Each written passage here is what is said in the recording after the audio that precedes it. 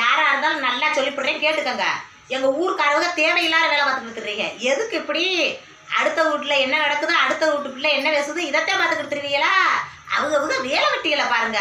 கிராமத்துகளில் இன்னும் அந்த புரணி பேசுறத விட மாட்டேன்றீங்களா?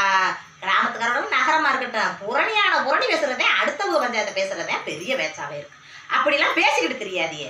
எதுக்கு இப்படி அம்மம்மா குடும்ப கதையில் எம்புட்ட முட்டு கதையை கிடக்கு. அந்த கதையை பஞ்சாயத்தை முடிச்சு விடுறதை விட்டுவிட்டு ஏன் பஞ்சாயத்தாவே பேசிக்கிட்டு இருக்கிறது? அப்படி பேசுகிறா சாமனதமாக, இப்படி பேசுகிறா சாமனதமாக, இப்படி ஆட்டுறா அப்படி ஆட்டுறா, நகையை போடுறான் நட்டை போடுறான், அங்கே ஓரா இங்கே ஓரா, அதை காட்டுறா இதை காட்டுறா. என்னத்தை காட்டுறாங்க? நாற்று நாட்டில் நடக்கிற நல்லது கெட்டது, மச்சா வீட்டில் எடுக்கிற நல்லது கெட்டது, சோறை சாப்பிட்டோம் தண்ணியை குடித்தோம், இது காட்டுறதுல என்ன இருக்குது? இதை சும்மாவே போனில் சேட்டஸாக கூட வைக்கிறாங்களே. அது மாதிரி தான் நானும் இந்த இதில் வீடியோ போட்டுருக்கேன். இதில் என்ன வந்துருச்சுண்டு இப்படி புறணியாக பேசிக்கிட்டு தெரிய. இன்னும் கேள்விப்பட்டேன்னா நேராக வீட்டுக்கு வந்து சண்டை விட்டு விடுவேன். ஆமாம் சொல்லிவிட்டேன்.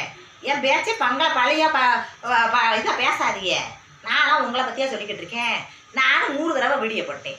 என் பேச்சை பேசாதீங்க. என்ன இப்படி பண்ணுறாங்களத்தா? கிராமத்தை விட்டுட்டு நகரத்துக்கு கூடியா இருந்தாலும் எங்கே போனாலும் புரணி பேசுறதை மட்டும் விட மாட்டோம்ண்டு என் கதையாக பேசியிருக்கா. என் காதுக்கு வரும். யார் எவ்வளவு சொல்ல விரும்பலை. ஒழுங்காக சொல்லிவிட்டேன். இனிமேல் என் பேச்சு பேசக்கூடாது. இல்லாட்ட ஊருக்கு வீட்டுக்கு வந்து இதே மாதிரி ராவடித்தனம் பண்ணி போடுவேன். ஆமாம், என்ன பயமா? ஒரு அளவு